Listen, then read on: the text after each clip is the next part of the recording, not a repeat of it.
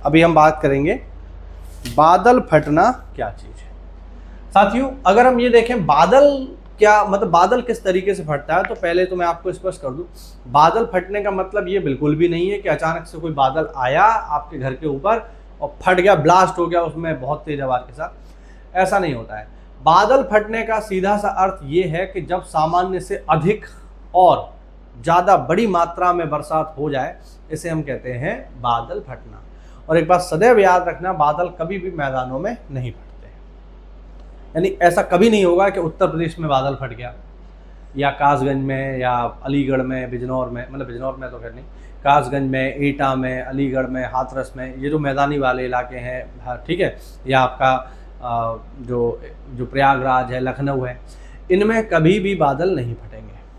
ठीक, बादल केवल और केवल पहाड़ों पर ही फटते हैं, हमेशा याद रखना। किस तरीके से फटते हैं मैं आपको बताता हूँ। देखो बादल फटने की प्रोसेस क्या है। देखिए ये है एक पहाड़, ठीक। अब होता क्या है, सामान्य रूप से बरसात कब होती है? सामान्य रूप से बरसात तब होती है जब गर्मी पड़ती है। जब गर्मी पड़ती है तो गर्मी पड़ने से क्या होता है, गर्मी पड़ने से साथियों जो हमारा गर्मी पड़ने से जो हमारे जल स्रोत है ना, वो समुद्र हो सकता है, वो नदी हो सकती है, वो कोई नहर हो सकती है, कोई तालाब हो सकता है, यहां से गर्मी पड़ने से क्या होता है, वाष्प बनती है, भाप। ज्यादा गर्मी पड़ने से जब भाप बनती है तो बनते हैं बादल, ठीक है। अब ये बादल जो है, इस भाप के साथ जैसे जैसे ऊपर उठेंगे ना, जैसे जैसे ये भाप के साथ ऊपर उठेंगे, वैसे वैसे क्या होगा, इनका जो टेम्परेचर है वो लो होता जाएगा। क्यों? क्योंकि जैसे जैसे आप ऊंचाई बढ़ाओगे जमीन से, तापमान में कमी आती है, ठीक है। हाँ, जैसा कि हमारे पास डेटा है कि प्रति 160 मीटर की ऊंचाई पर तापमान 1 डिग्री सेल्सियस कम हो जाता है। अब जैसे जैसे ये बादल ऊपर की तरफ जाएंगे, टेम्परेचर लो होगा। टेम्परेचर लो होगा मतलब जमीन से जब उठे थे तब तो गर्म थे, है ना। लेकिन अब जैसे जैसे ऊपर की तरफ जाएंगे वैसे वैसे क्या होगा, ये ठंडे हो जाएंगे। और जब ये ठंडे हो जाएंगे तो इनके साथ साथियों जो वाष्प है ना, वो ठंडी होके पानी के फॉर्म में आ जाएगी। क्योंकि जब गर्म थे तो भाप थी, अब ऊपर चले गए तो ठंडी हो गई, और यहां पर ये बन जाएंगी पानी की छोटी छोटी बूंदें, ठीक है। और जैसे ही इन पानी की छोटी छोटी बूंदों की सापेक्षिक आर्द्रता 100% हो जाएगी, याद रखना बारिश के लिए सापेक्षिक आर्द्रता का 100% होना बहुत आवश्यक है। जैसे ही इनकी सापेक्षिक आर्द्रता 100% हो जाएगी, वैसे ही ये पानी की बूंदों के रूप में नीचे आ जाएंगे और हम कहेंगे ये हो रही है बारिश, ठीक है। ये मैंने आपको बारिश होने की स्थिति बताई है। अब हम बात करते हैं बादल फटना। साहब बादल फटने की स्थिति क्या है, चलिए वापस आते हैं। ये तो सामान्य बरसात हो गई, ठीक है। अब हम देखेंगे बादल कैसे फटता है। अब होता क्या है साथियों, होता है ये कि जब हम पहाड़ों पर जाते हैं ना, हाँ जी, जब हम पहाड़ों पर जाते हैं, जैसे ये पहाड़ किसके हैं साहब, ये पहाड़ है हिमाचल के या उत्तराखंड के। अब इन पहाड़ों पर 2 दिशाओं से हवाएं आती हैं। पहली हवा आ रही है कहां से, पहली हवा जो आ रही है वो आ रही है अरब सागर से। यहां से पहली जो हवा या मानसून आ रहा है वो कहां से आ रहा है, अरब सागर से आ रहा है, ठीक है। और दूसरी जो मानसूनी हवाएं इधर आ रही हैं वो कहां से आ रही हैं, बंगाल की खाड़ी से, ठीक है। हाँ, अब इधर आ क्यों रही हैं, सवाल ये भी है कि यहां क्यों आ रही हैं। तो यहां इसलिए आ रही हैं क्योंकि जब मैंने आपको चक्रवात पढ़ाया था तो मैंने बताया था कि हवाएं हमेशा चलती हैं हाई प्रेशर से लो प्रेशर की तरफ। गर्मी के मौसम में जो समुद्री इलाके होते हैं, चाहे बंगाल की खाड़ी हो या अरब सागर हो, ये उत्तर भारत के मुकाबले ठंडे रहते हैं। जब गर्मी पड़ती है ना तो उत्तर भारत का जो इलाका है वो थोड़ा सा गर्म हो जाता है, और दक्षिण भारत का जो इलाका है वो अपेक्षाकृत ठंडा रहता है। ठंडे इलाकों पर होता है हमेशा हाई प्रेशर, और गर्म इलाकों पर हमेशा होता है लो प्रेशर। तो हवाएं कैसे जाएंगी, हाई प्रेशर से लो प्रेशर की तरफ। अब यहाँ पर कुछ लोग ये भी कह सकते हैं कि पहाड़ों पे तो ठंडी होती है, यहाँ लो प्रेशर कैसे? तो एक्चुअल में जब आप हवाएं पढ़ते हो, जब आप पवन पढ़ते हो, तो उसमें आपको घाटी पवन और पर्वतीय पवन भी पढ़ने को मिलती है। दिन के समय में जो हवाएं चलती हैं पहाड़ों पर, वो चलती हैं घाटी से चोटी की ओर, और रात के समय में हवाएं चलती हैं चोटी से घाटी की ओर। तो ये भी एक कारण है।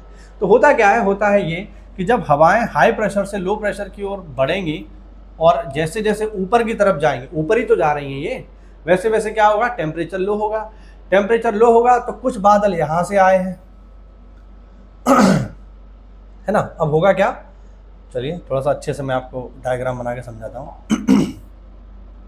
अब होगा क्या कि कुछ बादल तो यहाँ से आए हैं, ये वाले, ठीक है, कुछ बादल अरब सागर से आए हैं, और कुछ बादल आए हैं कहाँ से, कुछ बादल आए हैं बंगाल की खाड़ी से। तो ये भी अपने साथ जो है बहुत सारी नमी लेकर के आए हैं, और इस पॉइंट पर जब ये पहुँचेंगे तो ये दोनों बादल आपस में टकरा जाएंगे, ठीक है। और चूंकि ऊंचाई पर हैं तो टेम्परेचर कम हो जाएगा, तो बहुत सारे बादल यहाँ क्रिएट हो जाएंगे, ठीक है। और चूंकि ऊंचाई पर हैं तो जैसे ही इनकी सापेक्षिक आर्द्रता 100% होगी इस पॉइंट पर, जैसे ही यहाँ से ये टकराएंगे, वैसे ही क्या होगी, पहले तो इन दोनों के टकराने की वजह से यहाँ पर मेघ गर्जना होगी, बिजली कड़केगी बड़े पैमाने पे, एकदम बिजली कड़कने की आवाज़ होगी, बिजली गिर भी सकती है, ज़मीन पे गिरती भी है। और चूंकि ये दोनों वायु राशियाँ आपस में टकराएंगी तो यहाँ पर इन दोनों में जितना भी नमी है वो सब यहाँ पानी बन के बरसेगा, और यहाँ पर जो बड़े पैमाने पे बरसात होगी इसी को हम कहते हैं बादल फटना, ठीक है।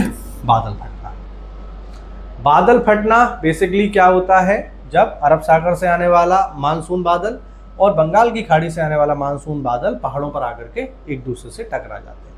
पहाड़ों पर आएंगे तो इन दोनों की वायु राशियाँ ठंडी हो जाएंगी, और ठंडी होने की वजह से जितना भी पानी अपने साथ लेकर के आए हैं, जितना भी नमी लेकर के आए हैं, वो सब यहीं बरसा देंगे, और बड़े पैमाने पे मोटी मोटी पानी की बूंदें गिरेंगी, जिसको कहा जाएगा बादल फटना। ये तो हुआ बादल फटना। लेकिन आज के समय की अगर मैं बात करूं तो आज के समय में थोड़ा सा चीज़ें बदल रही हैं। पहले की बात अगर हम करें तो पहले बादल फटने की जो घटनाएं होती थी साथियों, वो ज़्यादातर कहाँ होती थी, वो ज़्यादातर घटनाएं हिमाचल प्रदेश में होती थी। बादल फटने की जो अधिकांश घटनाएं हैं वो कहाँ होती थी, वो हिमाचल प्रदेश में होती थी। बट अब बादल फटने की घटनाएं हिमाचल प्रदेश से आगे की ओर खिसक गई हैं, हिमाचल प्रदेश के पूरब में।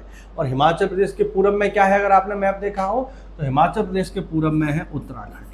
तो अब बादल फटने की ज़्यादा घटनाएं कहाँ हो रही हैं, उत्तराखंड में हो रही हैं, हिमाचल प्रदेश में नहीं हो रही है। अब सवाल उठता है क्यों भाई, ऐसा क्या कारण है कि बादल पहले हिमाचल प्रदेश में ज़्यादा फटता था, अब उत्तराखंड में फट रहा है, इसका क्या कारण है? तो इसका कारण है अरब सागर से आने वाला मानसून, ठीक है। अब होता क्या है, चलिए एक और डायग्राम से मैं आपको समझाता हूँ, इसको साफ कर लेते हैं क्योंकि ये अब हमारे किसी काम का नहीं। अब होता क्या है, होता है ये कि अरब सागर से जो आने वाला मानसून है वो कहाँ से नमी प्राप्त कर रहा है, जैसे ये ऐसे ही है हमारा प्यारा भारत, है ना। तो अरब सागर से आने वाला जो मानसून है वो नमी प्राप्त कर रहा है कहाँ से, वो नमी प्राप्त कर रहा है अरब सागर से, ये है अरेबियन सी, है ना, और ये ऊपर की तरफ बढ़ रहा है ठीक है। तो अरब सागर से आने वाला मानसून ये रहा, ये ऊपर की तरफ बढ़ रहा है। लेकिन जब ये ऊपर की तरफ बढ़ता है तो इसे एक जगह ऐसी पड़ती है जहां से इसे ज्यादा नमी, ज्यादा आर्द्रता मिल जाती है, और वो जगह कौन सी है, वो जगह है राजस्थान में इंदिरा गांधी नहर।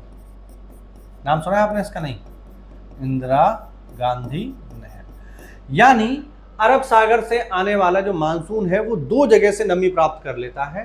पहला तो अरेबियन सी से कर लेता है, और फिर कुछ समय बाद उसे नमी प्राप्त हो जाती है इंदिरा गांधी नहर से।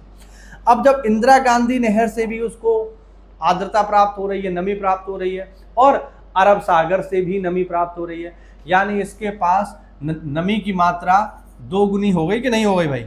हो गई ना, दो गुनी इसके पास नमी की मात्रा हो गई। यानी इसके पास अब बादल ज्यादा है, इसके पास बादलों में नमी ज्यादा है। किसके पास? अरब सागर के पास। जबकि बंगाल की खाड़ी के पास नमी कम है। जब इसके पास ज़्यादा नमी है, इसके पास कम ताकत है, इसके पास ज़्यादा ताकत है, तो ये ज़्यादा ताकत वाला कम ताकत वाले को आगे की तरफ धकेलेगा कि नहीं धकेलेगा।